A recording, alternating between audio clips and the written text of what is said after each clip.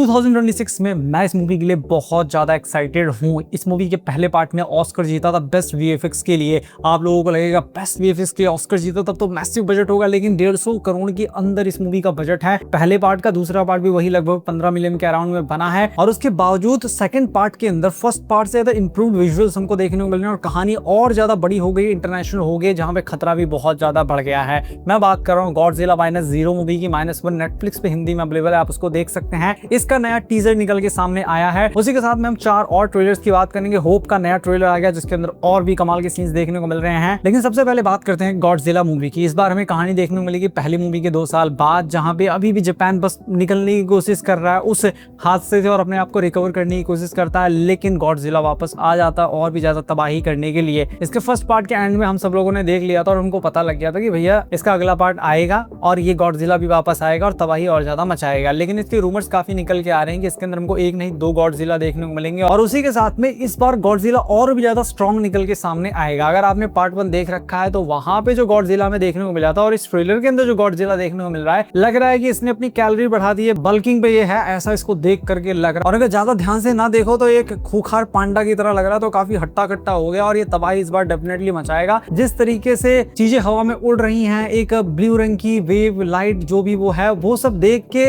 लग रहा है कि यहाँ पे इसके पास या तो इसने अलग तरीके की पावर रीगेन कर ली है, या तो दूसरी गॉडजिला के पास कोई अलग तरीके की पावर है। और इस बार डिस्ट्रक्शन नेक्स्ट लेवल पे होगा, क्योंकि इस बार इंटरनेशनल चीजें भी इन्वॉल्व होंगी। सुनने में ये भी आ रहा है कि इसके अंदर गॉडजिला न्यूयॉर्क तक जाएगा, तो काफी सारी कंट्रीज भी इन्वॉल्व होने वाली है और एक बहुत बड़ी वॉर इस मूवी के अंदर हमें देखने को मिलेगी, जिसको देखने के लिए मैं बहुत ज्यादा एक्साइटेड हूँ। और 100% ये हिंदी में भी आएगी और इसके विजुअल्स पहली मूवी की कंपैरिजन में बहुत ज्यादा इंप्रूव्ड हमें देखने को मिल रहे हैं हर एक एस्पेक्ट में। मतलब टेक्निकल एस्पेक्ट में पहली मूवी तो कमाल की थी, ये उससे भी ज्यादा कमाल की है। और इसी से सवाल ये आता है कि इतने कम बजट में आखिर जापानीज लोग इतनी कमाल की मूवीज बना कैसे लेते हैं। अगर इस तरह की मूवी हॉलीवुड में बनाना हो, मिनिमम $200 मिलियन उस मूवी पे लगेगा, मतलब मिनिमम $200 मिलियन। मार्केटिंग बजट अलग से उसके अंदर लगेगा। तो इसका जवाब ये है कि जापानीज जो लोग होते हैं, खासतौर पर अगर मैं इस मूवी की बात करूं गॉडजिला -1 की, तो इसके जो डायरेक्टर हैं वो खुद वीएफएक्स बैकग्राउंड से आते हैं और वो इस मूवी के राइटर भी हैं। तो वो जब भी उनको कोई शॉट या कोई सीन शूट करना होता है ना, तो पहले से वो प्री विजुअलाइज कर लेते हैं कि यहाँ पे ये चीज ऐसी ऐसी होगी। हर एक चीज को, हर एक वीएफएक्स शॉट को पहले से प्लान करके रखते हैं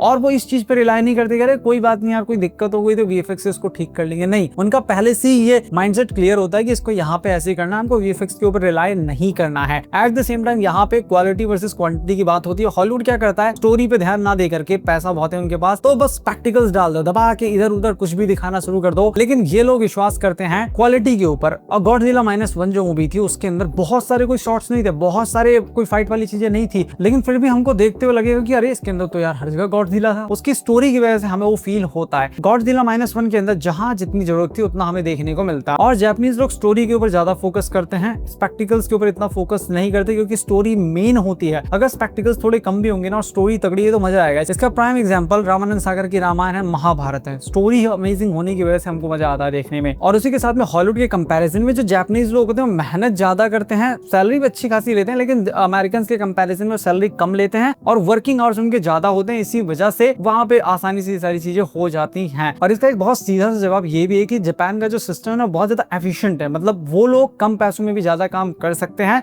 लेकिन अमेरिकन क्या है, उनके पास पैसा बहुत है तो वो लोग एफिशिएंसी को इतना महत्व दे नहीं पाते, या वो लोग दे ही नहीं पाते क्योंकि पैसा बहुत है उनके पास। और इसका कंपैरिजन अगर मैं इंडिया से करूं तो अगर किसी मूवी का बजट 150 करोड़ है तो मोस्ट प्रोबेबली 100 करोड़ तो सैलरी देने में ही चला जाएगा। अगर 600 करोड़ बजट है तो 300 करोड़ तो अल्लू अर्जुन जैसे एक्टर ही लेके चले जाएंगे। तो इस वजह से यहाँ पे दिक्कत होती है। लेकिन जापानीज एक्टर्स इतनी फीस नहीं लेते इंडियन एक्टर्स के कंपैरिजन में। काफी बार इंडियन एक्टर्स हॉलीवुड एक्टर्स से भी ज्यादा फीस ले रहे होते हैं। बाकी इस मूवी का अभी सिर्फ टीजर आया, ट्रेलर इसका जल्द आएगा और ये मूवी 6 नवंबर को रिलीज होगी। 100% हिंदी में आएगी, ये मैं लिख के देता हूँ। उसी के साथ में जो दूसरा ट्रेलर वो है मोबलैंड सीजन 2 का। इस बार कहानी और ज्यादा इंटरेस्टिंग हो गई है। इसके अंदर हमको इस बार फैमिली में सिविल वॉर जैसी सिचुएशन देखने को मिलेगी, बिट्रेयल, फाइट, गैंग वॉर, बहुत सारी चीजें देखने को मिलेगी। और ये सीरीज 18 सितंबर को रिलीज होगी जियो हॉटस्टार पे और मोस्ट प्रोबेबली हिंदी में भी आ सकती है, क्योंकि पहला सीजन अच्छा खासा लोगों को पसंद आया था इस वजह से। बाकी अभी के लिए तो सिर्फ सीजन 1 इंग्लिश में अवेलेबल है। और अगर बात करें ड्यून 3 के ट्रेलर की, तो यहाँ पे भाई हमारे हीरो के ये आंख पे क्या हो गया, ये इतना बुढ़ा क्यों नजर आ रहा है, इसकी तबीयत इतनी खराब क्यों लग रही है? तो इसका कारण है हस्तमैथुन। मजाक कर रहा हूँ, ये कारण नहीं है। एक्चुअल कारण यहाँ पे मुझे भी नहीं पता, लेकिन मोस्ट प्रोबेबली यहाँ पे जो कारण होगा वो ये होगा कि बहुत सालों से होली वॉर चल रही है जिसको छेड़ा था पाउल ने।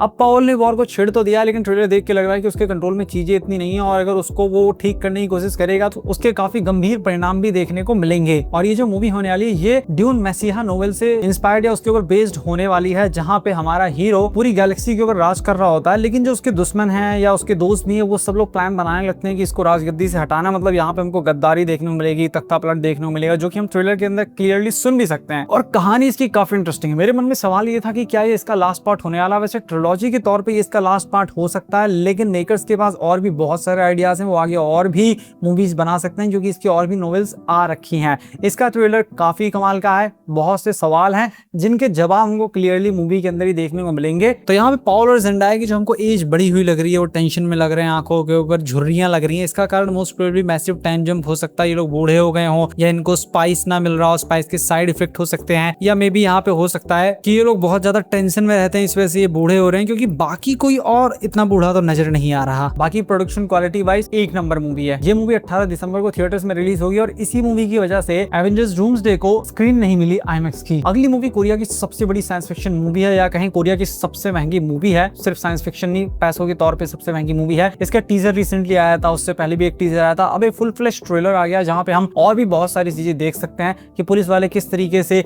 उन एलियन से, उन क्रिएचर से लड़ने की कोशिश कर रहे हैं, अपने आप को बचाने की कोशिश कर रहे हैं। और इसका जो टीजर था उसके अंदर जो छोटे मोटे शॉट्स मिले थे उनको थोड़ा और लंबा करके इसके अंदर दिखाया गया, जिससे स्टोरी और थोड़ी क्लियर हो रही है। और यहाँ पे अभी भी मेरा पूरा ये मानना है कि जो स्टोरी हमको इसके अंदर दिखाई जा रही है वो एक्चुअल स्टोरी नहीं है, क्योंकि ट्रेलर के अंदर बहुत सारी एलियन वाली चीजें दिखा दी, स्पेसशिप दिखा दिया, भागते हुए बहुत से सीन्स दिखा दिए, प्रोडक्शन क्वालिटी कमाल की है वो भी दिखा दिया। तो यहाँ पे जब सब कुछ दिखा दिया तो लोग मूवी देखने क्यों जाएंगे? ये एक मार्केटिंग पॉइंट ऑफ व्यू से सवाल होता है, और ये सवाल सिर्फ मार्केटिंग पॉइंट ऑफ व्यू से नहीं। द विलिंग के डायरेक्टर की मूवी है, तो वो यहाँ पे डेफिनेटली कुछ ना कुछ अलग किए होंगे। भाई 8 साल मूवी के अंदर लगाए हैं, तो 8 साल में ये चीजें निकल के तो सामने आएंगी नहीं। मूवी को जो अर्ली रिस्पॉन्स मिला वो भी काफी कमाल का मिला है, क्रिटिक्स ने काफी मूवी की तारीफ की है। इसी वजह से मेरा मानना है कि यहाँ पे ट्रेलर जो दिख रहा है वो तो अमेजिंग है ही, लेकिन स्टोरी सिर्फ एलियन इन्वेजन वाली नहीं होने वाली, कुछ और ही मूवी के अंदर होगा। मतलब एलियन इन्वेजन भी होगा, लेकिन साथ में कुछ और तगड़ा भी होगा। ये मूवी रिलीज होगी 9 सितंबर को कोरिया के अंदर। ये मूवी आई थिंक 15 जुलाई तक रिलीज हो सकती है, अभी जो रिपोर्ट आ रही है। तो ये मूवी जब तक वर्ल्ड वाइड रिलीज नहीं हो जाएगी ना सितंबर में,